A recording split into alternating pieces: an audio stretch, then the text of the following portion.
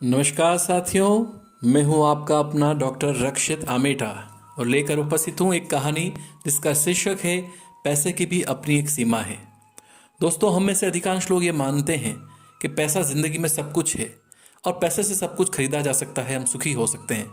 लेकिन यदि दोस्तों ऐसा होता तो आज किसी अमीर परिवार में किसी की मृत्यु ना होती, कोई बीमार ना होता।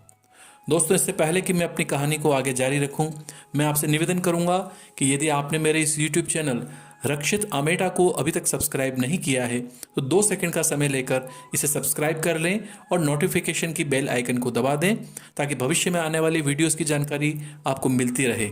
वीडियो पसंद आए दोस्तों तो अपने साथियों में भी इसे शेयर अवश्य कीजिएगा।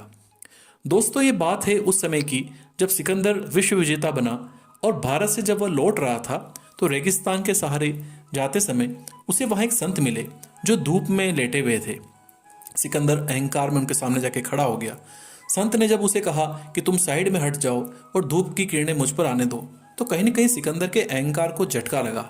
लेकिन संत की उस परिस्थिति को देखते हुए या उनका एक आभा को देखते हुए उसे लगा कि ये सामान्य व्यक्ति नहीं है, तो उसने अपना परिचय भी उनको दिया।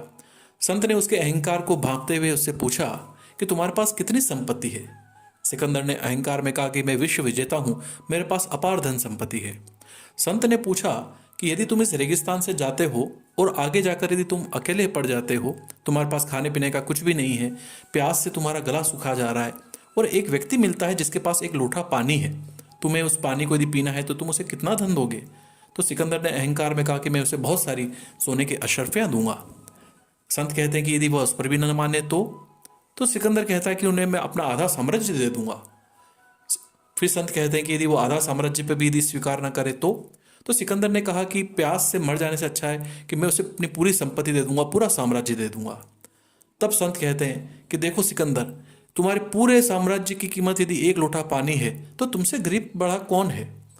दोस्तों, यही स्थिति हमारी भी कई बार हो जाती है जब हम इस अहंकार में आ जाते हैं कि पैसा ही सब कुछ है। लेकिन कहीं ना कहीं आप देखिए कि कर्मों का लेखा जोखा ज़्यादा महत्वपूर्ण है। पैसा कमाना बुरा नहीं है दोस्तों, मेहनत से और नेक काम से पैसा अवश्य कमाए, लेकिन गलत तरीकों से कमाया हुआ पैसा कभी न कभी गलत रास्तों से ही निकलता है। उम्मीद है आपको ये कहानी पसंद आई होगी दोस्तों, और भविष्य में नई कहानी और नई वीडियोस को देखने के लिए जुड़े रहें हमारे से। धन्यवाद।